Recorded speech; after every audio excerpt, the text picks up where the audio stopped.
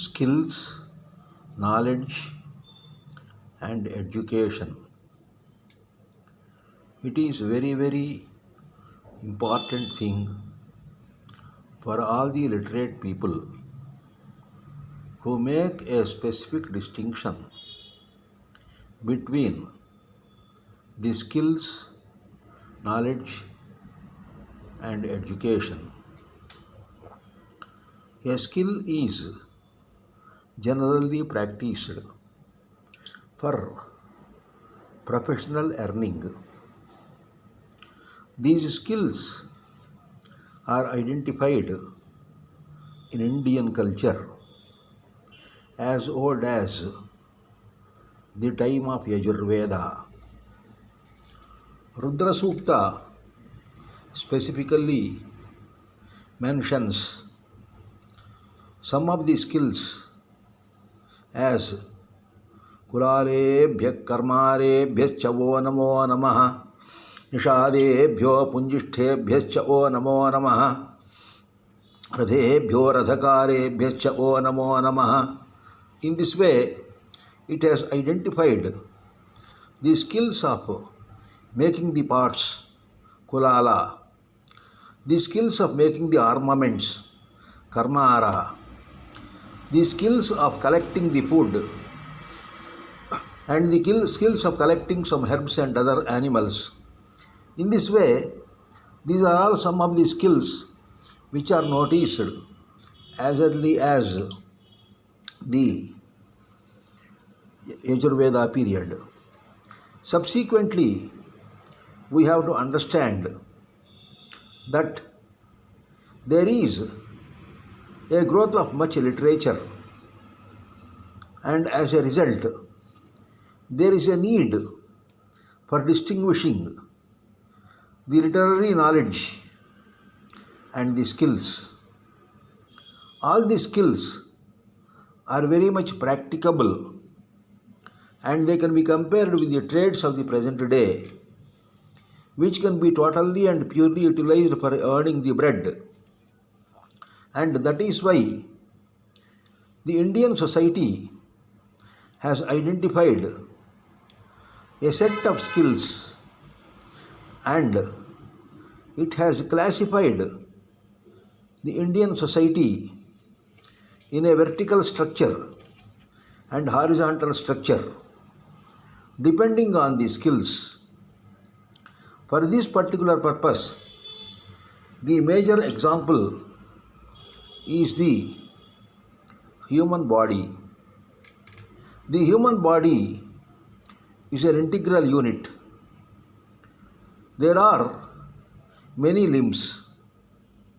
There is a distance between one limb and another limb. And even the limbs functioning the same thing, like eyes, ears, there is a distance. And all these limbs do not do all the works. The function is totally different. The function of the lungs is different. The function of the heart is different. The function of the nerves is different. The function of the muscles are different. But they are all integrated, interwoven, functioning independently and interdependently. This is the model which has given rise for the then thinkers to mold the society with skills and knowledge. And that is why these skills are categorized into different types, and they are given to the respective families. And it has become a taboo that the practicing the skills of one group must not be done by the others. For example, the potter, the work of the pottery must be done by the potter's family only. The carpentry, which is called as taksha, must be done by some people only. The metallurgical work, karmakara, should be done by a particular group only. In this way, the then society and economy has understood the role of the reservation by birth, not by caste. Every individual must be provided an opportunity to earn, to live, and also he will be provided a status. And that status is called as samaya. And that samaya is considered to be in different way. For example, we can see in a later medieval period, in the corporate life, when we can see the samayachara, the virachara, and in this way.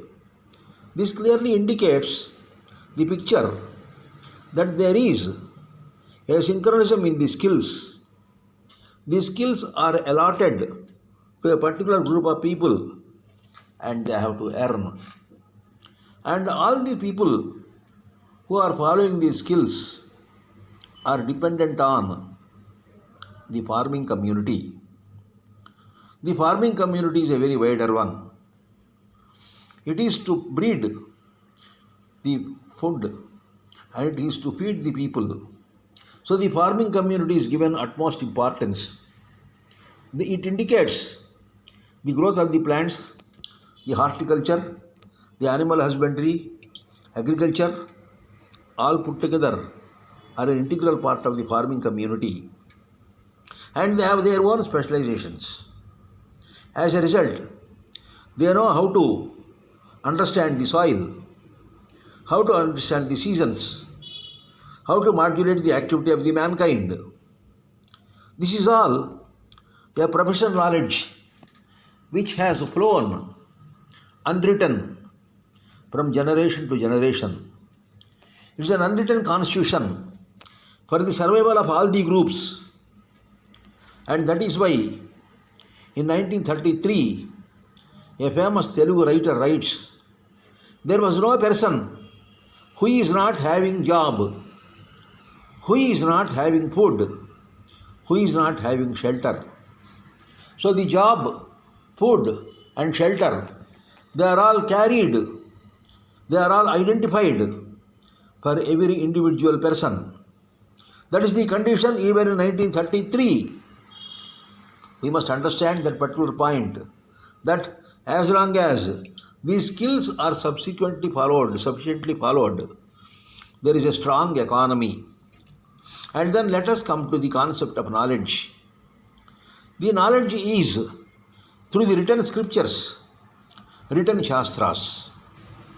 It has been identified that there were shastras like grammar, phonetics, metrics, kalpa, jyotisha, nirukta, etymology, all these things mentioned as long as the early days of the Vedic period. In 150 AD, in a record, we have identified that Shabdartha, Gandharva, Nyayadhyanam, Vidyanam, Mahatinam, Parana Dharana Prayoga Vapta. How a person has acquired skill in a particular vidya, in a particular system of knowledge. Shabda Vidya, Artha Vidya, Gandharva Vidya, Nyaya Vidya. This is identified in the Girnar inscription of Rudradaman of 150 AD. That means the economy is very specifically speaking about the two dimensions, which is the anatomical dimension and physiological dimension of society. Another is the intellectual dimension of the society. The anatomy and physiology should not be disturbed at any time or at any cost. And that is why these skills have gone into the deep roots of the society in the form of the education. It is an unwritten education. They need not know reading or writing, but all are accessible for salvation. Every person is qualified for getting realization. So the Indian canon is very Catholic. It is very universal. It has opened channels even for the prostitutes without any reservation.